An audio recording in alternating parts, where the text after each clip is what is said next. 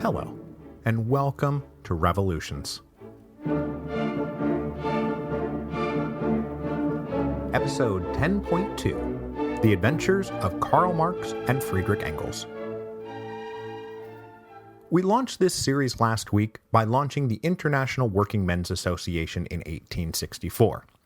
Mostly, I did this because the International tried to bring all left-wing political groups together under a single tent, and since I'm trying to avoid making the Russian Revolution the narrow story of the Bolsheviks, it seemed like a good way to establish that the Bolsheviks are going to emerge as one faction that represented one variant of Russian Marxism. But there were a lot of other factions and variants out there: unionists, anarchists, socialists, communists, reformers, revolutionaries. But all that said, the Bolsheviks are ultimately the victorious faction from the victorious variant of Marxism, so it's going to be important to understand where they came from. So as the title of this episode suggests, today will be an intertwined biographical sketch of the lives of Karl Marx and Friedrich Engels that will take us through to the foundation of the International. And then next week, we will go through the critical concepts to understand the philosophy and revolutionary program that became known as Marxism. Then we'll go on to do the same for Bakunin and the anarchists so that we understand what core revolutionary principles were out there that opposed what some people saw as the authoritarian tendencies implicit in that Marxism. Karl Marx was born in 1818 in the city of Trier, a middle-sized city in the Rhineland. Little Karl was born just 3 years after the final fall of Napoleon. Now, Trier had been under French administration going back to the 1790s, but at the very recent Congress of Vienna, it was handed to the Prussian monarchy, whose backward-looking feudal conservatism clashed with the more progressive and forward-looking Rhinelanders. Both of Karl's parents had ethnic Jewish lineage, but to maintain his budding legal practice, Marx's father converted to Protestantism when the Prussians took over and instituted more carefully draconian restrictions on what Jews could and could not do. Not that this conversion was anything but nominal. Marx's father was into Kant and Voltaire and the Enlightenment, and though his children were baptized Lutheran, they were hardly a religious bunch. Karl then got a good enough secondary education where he was sent to the University of Bonn in 1835 to study law. But Karl's first year at university was mostly filled with drinking beer and reckless brawling, and so his dad shipped him off to the University of Berlin, which was located in the capital of the kingdom. Before Karl departed, he proposed marriage to Jenny von Westphalen, the daughter of a minor noble civil servant. And though the couple were only together in person once over the next 5 years, and that one time they got together almost wrecked their relationship, their engagement held, and when they finally got married, they remained together through the occasionally thick and very often thin rest of their lives. Arriving in Berlin in 1836, Karl did something even worse than drinking and brawling. He became enamored with philosophy. In Germany, in the mid-1830s, getting into philosophy meant getting into the just recently deceased Hegel, whose philosophy cast an all-encompassing shadow over German intellectual life, especially here in the first half of the 19th century. We'll talk a little bit more next week about what concepts Marx pulled out of Hegel, but for now, the crowd Marx fell in with was the more radical and iconoclastic group called the Young Hegelians. The Young Hegelians were working from themes that came from the early days of the French Revolution, and they took Hegel seriously when he said that the purpose and course of history was all about the abolition of anything that restricts freedom and the use of reason. The Young Hegelians were obviously critical of the repressive Prussian government, but unable to express their opposition openly, they turned to theology and philosophy. They published challenges to the reliability, historicity, and believability of Christianity and the Bible. They believed that by doing this they could undermine one of the core pillars of the Prussian monarchy's alleged legitimacy. Marx fell in with the Young Hegelians at the worst possible moment, because while their controversial philosophy was tolerated by King Friedrich Wilhelm III of Prussia, when he died in 1840 and his son, Friedrich Wilhelm IV, ascended to power, that tolerance evaporated. Now, you know Friedrich Wilhelm IV from our episodes on 1848 because he will be the King of Prussia during the revolutions of 1848. He's the one who had to crawl on his belly away from Berlin. Conservative, romantic, and evangelical, this Friedrich Wilhelm had no tolerance for seditious blasphemy, and so the young Hegelians were marked and blacklisted. In spite of this, Marx pressed on with a doctoral thesis that used Hegelian methods to analyze ancient metaphysics, even though his conclusions were now outside the boundaries of acceptable thinking. Knowing he couldn't submit his thesis to the University of Berlin, Marx instead sent it to the more permissive University of Jena, which made him a doctor of philosophy in 1841. But as I just said, this was a bad time to be a young Hegelian, and Marx's dream of a university position was squelched. To make matters worse, Marx's father had died in 1838, beginning endless rounds of bickering with his money over money from the inheritance. To make a living, Marx, like many of his ideological comrades, turned from academia to journalism. So this newly minted doctor of philosophy moved to Cologne, where he submitted articles to a progressive paper called the Rhineland News, showing off a rhetorical style that was acerbic, witty, intelligent, sarcastic, and occasionally savage. This was also the period that, by his own account, he started being handed socialist and communist ideas, moving him away from abstract philosophy towards the realities of social and economic life. When the editorial brain trust of the Rhineland News fell apart, Marx became its de facto editor-in-chief in the middle of 1842. The paper was successful, and that looked like that. Karl Marx was going to be a newspaper editor in Cologne. But the paranoid hand of conservative censorship dug up Marx's new roots before they even had a chance to settle. The Rhineland News was suppressed and banned in 1843. Whatever plans Marx may have had for a normal life with a steady income were turned upside down by his politics. During his stint with the Rhineland News, Marx came into contact with a young, semi-anonymous contributor named Friedrich Engels. Engels was 2.5 years younger than Marx, born in 1820 in Barmen, a city about 35 miles east of Cologne. The Engels family were, first, devout evangelical Protestants, and second, industrial pioneers in the Rhineland. They owned textile factories in the region and had further expanded up to Manchester, England, which was rapidly transforming into a hive of industrial factories. The scion of this rich, capitalist, and very religious family rebelled on nearly every front. In 1842, Engels did a requisite year in the Prussian army, and stationed in Berlin, he attended lectures and came into social and intellectual contact with both the young Hegelians and various proto-socialists. Engels took to thinking and writing, and he submitted pieces to the Rhineland News, anonymously, as I said, since he was the son of filthy rich capitalists. Scandalized by their son's new friends and his new ideas, his parents sent him to Manchester to apprentice in a family-owned factory there. And in the annals of parents trying to halt the radicalization of their children only to see it backfire, sending Friedrich Engels to Manchester may be the single greatest backfire in world history. Now, despite having lost his job, Karl Marx and Jenny von Westphalen married and moved to Paris in October of 1843. Under the semi-liberal auspices of the July Monarchy, Paris was a haven for émigré radicals from across Europe. Russians and Poles, Italians, Germans, Spaniards, creating a swirling milieu of nationalists and Democrats, socialists, anarchists, tepid reformers, and single-minded revolutionaries.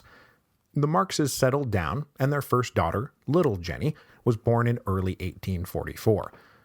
Marx worked as a contributor and editor for a couple of different German-language publications, meant for audiences in the émigré community, but also for audiences back in Germany. None of this work, though, was steady or particularly profitable. Engels, meanwhile, went off to Manchester, where he embarked on a program of self-radicalization.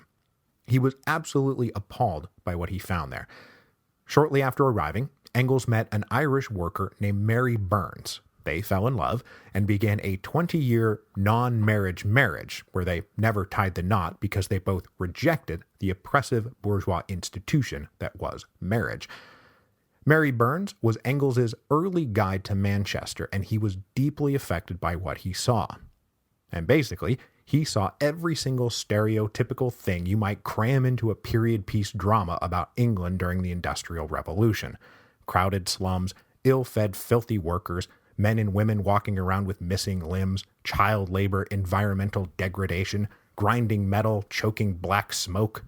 The works.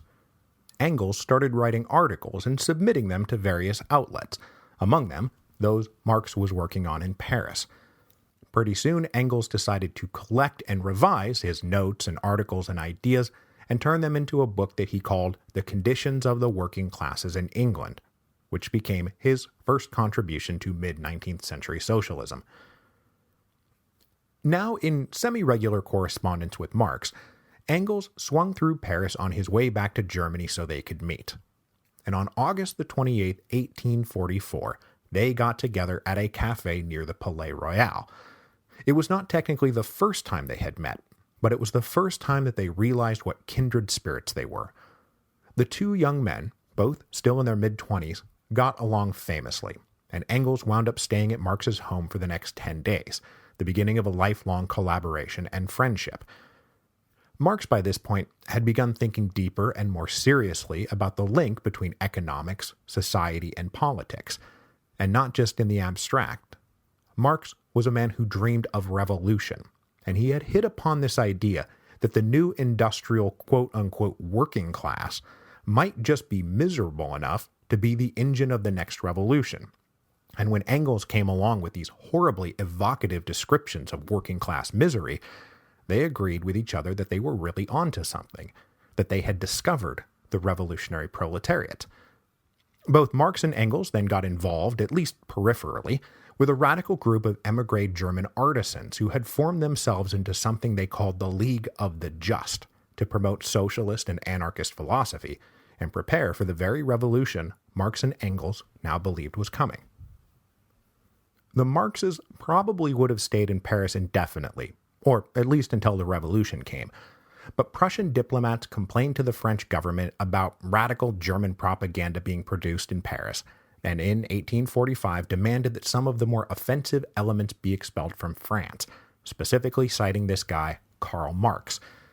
To his horror and dismay, Marx discovered he had 1 week to leave the country, and the order was signed personally by François Guizot, earning lifelong enmity from Marx, who then had to pack up his wife Jenny, who was pregnant again, and little Jenny and scoot over to Brussels to start over. Again. To keep himself free of the long arm of Prussian conservatism, about 6 months after arriving in Brussels, Marx renounced his citizenship.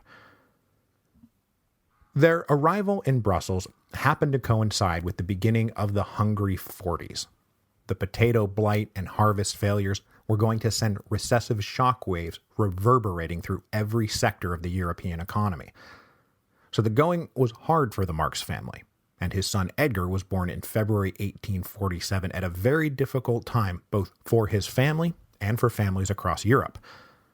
In Brussels, Marx and Engels also reconnected on a more permanent basis, and they actively collaborated on various book ideas, some of which, like The Holy Family, were published at the time, while others, like The German Ideology, sat around in piles of paper until Soviet researchers put them out in the 1920s and 1930s. Most of these ideas, though, revolved around their various beefs with other German radicals and philosophers. Old friends and mentors became derided rivals as Marx and Engels moved decisively towards the idea that material economics was the basis of everything else, and if you disagreed, prepared to be skewered with a sarcastic and acidic pen.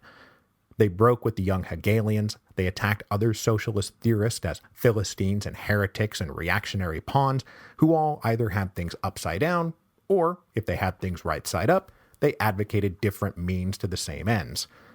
Now, Marx and Engels were not unique in this regard, and in return they were attacked, derided, and mocked just as hard and with just as much venom. But outside of these beefs, they continued to keep an eye out for the revolution. and in one of Marx's works from this period that only saw the light of day well after he was dead, he wrote that, quote, "Philosophers have hitherto only interpreted the world in various ways. The point is to change it." But when it came to changing the world, Marx was never a fan of Blanqui-style revolutionary vanguardism, and he wanted the working class movements to be out in the open, not secret, that their great power was in their great numbers. Let the ruling classes tremble. Exerting more intellectual force inside the League of the Just, Marx succeeded in getting them to make a strategic shift. In June of 1847, the League of the Just rebranded itself as the Communist League and then came out into the open. To attract members and announce their program, they commissioned Marx and Engels to draft a manifesto. Marx got to work using as his foundation a pamphlet Engels had written called Principles of Communism, which Marx then redrafted and reworked into what has gone down in history as the Communist Manifesto. Now, as I said in episode 8.1, the Communist Manifesto was more prophetic than it was a work rooted in the actual economic and material conditions of Europe at that moment. Prophetic in part because Engels just so happened to have been sent to Manchester, which was then on the leading edge of full-blown industrial capitalism, which would not really sweep the globe until the later 19th century and early 20th century. But it did show that most of the basics of later, fully developed Marxism were already in place by 1848. Historical materialism, class conflict, the exploitation of labor by the bourgeoisie, and the historical role of the proletariat as the next revolutionary class, whose aim would be the abolition of bourgeois property relations. The Communist Manifesto also advocated such civilization-shattering policies as a progressive income tax, a national bank, free universal secular education, and the suburbs. This revolutionary statement of principles was published in London in February 1848. By complete coincidence, the February Revolution hit Paris at almost that same moment. For all their anticipation and planning and organizing, this revolution took Marx and Engels and, frankly, everybody else by surprise, as revolutions nearly always do. The authorities in Brussels were terrified by the revolution in France, and on March the 3rd, 1848, they expelled everyone who might potentially destabilize Belgium. Marx and Engels and other Communist League guys were on the list, but that was okay, because their lives as émigrés and exiles was over. It was time to go home and embark on the revolution. Now at this point, everything is moving in a straight line. Marx and Engels had been young, stubbornly nonconformist students who had then radicalized politically, dreamed about and worked towards a revolution against the conservative powers of Europe, and now that revolution was at hand. With the revolution afoot, Marx and his family went back to Cologne. Other members of the Communist League went to other German cities to start a pan-German revolutionary network to make sure this went right. And by went right, Marx specifically meant carrying out his theory of a double revolution in Prussia. First, they must recreate the course of the French Revolution, have all classes combined behind the liberal bourgeoisie to topple the Prussian monarchy. Once that was accomplished, the working class proletariat could break off and immediately stage a second revolution against the oh-so-recently triumphant liberal bourgeoisie. Thus, they would advance rapidly towards the dream of communism. Marx's part in all this was to wield the pen, and he started a new paper dubbed the New Rhineland News to publish his ideas. The paper was successful locally, but events moved very quickly, and Marx's activities in 1848 would ultimately be limited just to the city of Cologne. The Communist League struggled to make inroads with the actual workers they were supposed to be representing. They also had trouble forming alliances with other socialist leaders who Marx and Engels had just spent the last few years so thoroughly mocking and deriding, to say nothing of the articles in the New Rhineland News that denounced rival working-class organizations as reactionary, not because they were insufficiently radical, but because they were too radical. These leaders wanted to skip the bourgeois revolution that Marx thought was so essential. So they didn't want to make alliances with the Democrats, they wanted to move straight on to the revolution of the worker. and these leaders in turn thought Marx was a cowardly stooge of the bourgeoisie for advancing the necessity of this bourgeois revolution in the first place. Not that it mattered. By the fall and winter of 1848, everything was falling apart. The King of Prussia disbanded the Prussian Diet, and the Frankfurt Parliament did not seem long for this world.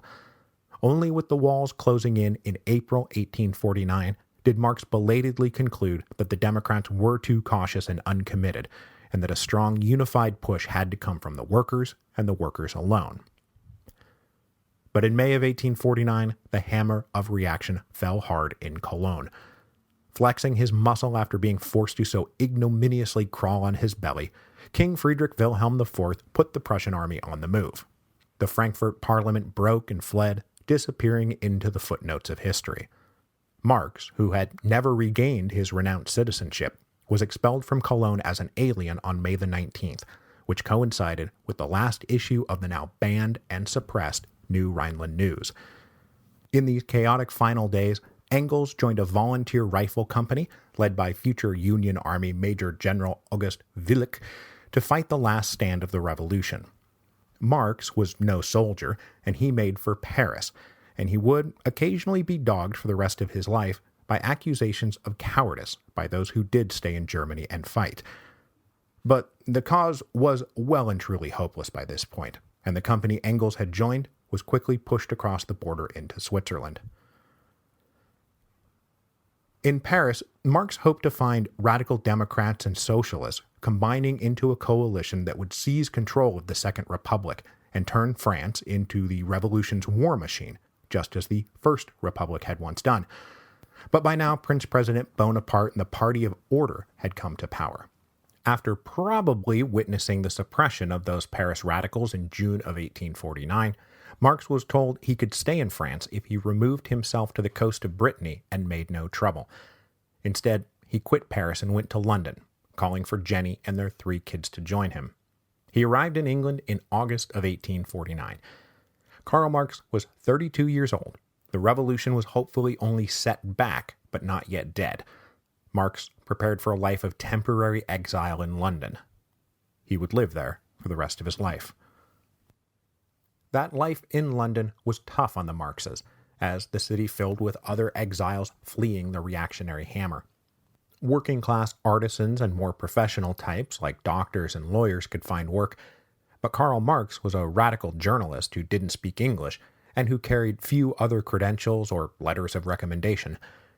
The Marxes spent the next few years hovering around destitution. They were broke and constantly harassed by creditors. During these miserable years, the German émigré community in London was itself a miserable mix of pessimistic disillusionment or recklessly grandiose declarations that they must restart the revolution now. It was full of rivalries, infighting, denunciations, blame-tossing, police spies, and agents provocateurs. Marx's mood completely soured, and he systematically got into fights with everyone, contributing to his isolation from practically everyone. Jenny gave birth to another son in September of 1849, but the baby died just a month later. Just about the only friend Marx had left in the world was Engels, who arrived in England in November 1849. Himself destitute and without prospects, Engels decided to tactically renounce his revolutionary past so that his parents would let him work in the family business again, so that he could make a living, not just for himself, but he also sent cash when he could to Marx. He wasn't very happy about having to take this job, but it was all for a good cause. Marx and Engels' last hope for getting the revolution going again in Germany ended in 1851, when their last remaining allies in Cologne, people who they were actually allied with, were arrested in a police sweep. Then, at the end of the year, came the last cruel blow, the last spark of hope that Paris might yet save the revolution in Europe was smothered by the coup of Prince President Bonaparte in December 1851. The revolution was over. Friendless, broke, angry, and terminally depressed, Marx responded by writing the 18th Brumaire of Louis Bonaparte. It's easily Marx's greatest literary work, and I really do highly recommend it, especially since if you've listened to the episodes on 1848 and the Paris Commune and then these episodes right now, you'll have some idea of who and what he is talking about. making use of a line from Engels that history repeats itself first as tragedy, then as farce. Marx deconstructed the course of the failed revolution in France. But when you read the 18th Brumaire, keep in mind that when Marx is criticizing all the dummies who thought that they were going to play act a revival of the French Revolution, he's kind of talking about himself. And his scathing criticism of those who thought cross-class alliances were possible or would end in anything but the betrayal of the working class, he's also talking about himself, repudiating and walking away from those positions. It all makes for great reading. It's a great review of 1848 and its aftermath. It's really well written, it's fun, and rightly one of the great masterpieces of 19th century political commentary. It's also an epistle from a failed revolutionary wallowing in veiled self-criticism as he descends into broke and friendless obscurity, having alienated himself from everyone. Renouncing revolutionary activism, we now get to the familiar version of an older and more worn-down Karl Marx, going daily to the British Museum Library to pore over mountains of government records and reports, newspapers, history books, and philosophy, as he made mountains of notes for an eternally forthcoming magnum opus on political economy.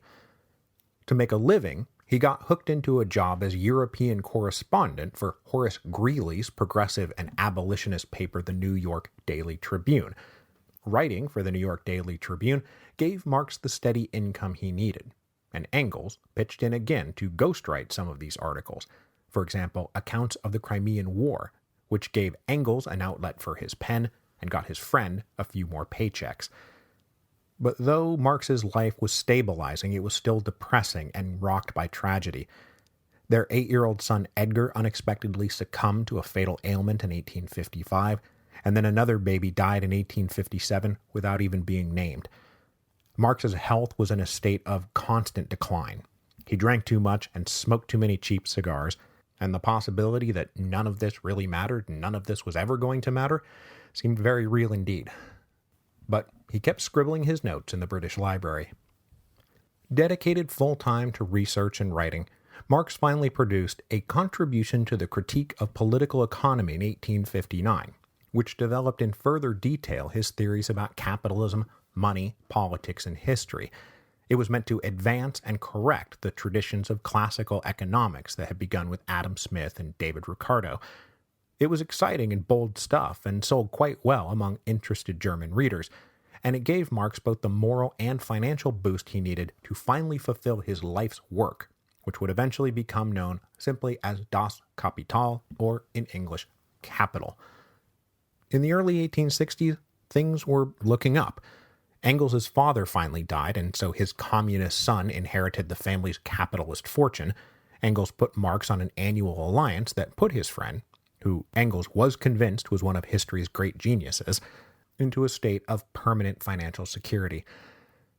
In 1864, Marx was 46 years old, 15 years removed from any kind of political activity, and was nearing the completion of his first volume of Capital, when a French anarchist acquaintance came round looking for Germans to attend a meeting in a week's time at St. Martin's Hall to join the disparate and separate forces who stood opposed to the political and, more importantly, economic status quo.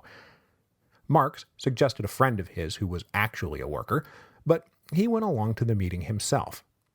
His intellectual reputation had been boosted by a contribution to the critique of political economy, but among émigré radicals, he was still mostly known as an old 1848er who had pissed everyone off and then retreated to the library to be an intellectual grump who never hung out with anyone, never really learned English, and wasn't on speaking terms with most of the other Germans.